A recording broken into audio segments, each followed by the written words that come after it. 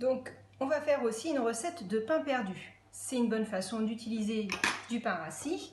Donc là, on va faire 2 tranches de pain perdu. C'est une recette à base d'œufs. Pour gérer le budget et puis faire des recettes anti-gaspi, on a aussi l'option d'utiliser des produits en date courte. Bien sûr, on fait attention à la date, mais ça permet, si on utilise les produits rapidement, de gagner au niveau budget, puisque là, par exemple, le tarif était quand même à moins 40% pour des œufs qui étaient bio.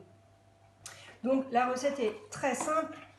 On va casser un œuf qu'on va battre en omelette.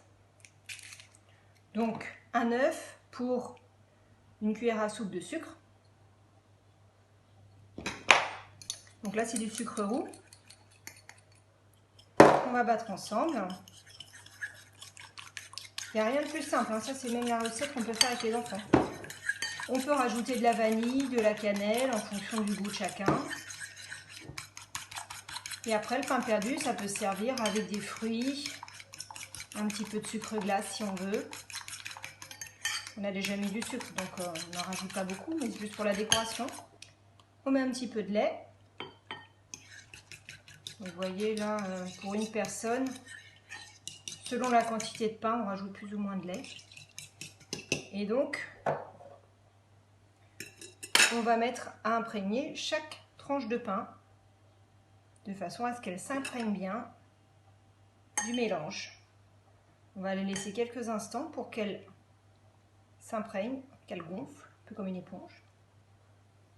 Et ensuite, on les fera cuire dans la poêle. Donc, on va faire cuire les tartines, vous voyez, elles sont bien imprégnées, dans une poêle anti-adhésive. Ça permet d'éviter de mettre du beurre parce que la cuisson du beurre n'est pas idéale pour la santé. Pour en mettre un petit peu fondu dessus ensuite, plutôt que de faire cuire directement dans la poêle en chauffant trop le beurre. Quand ils sont assez cuits, on les retourne pour faire cuire de l'autre côté.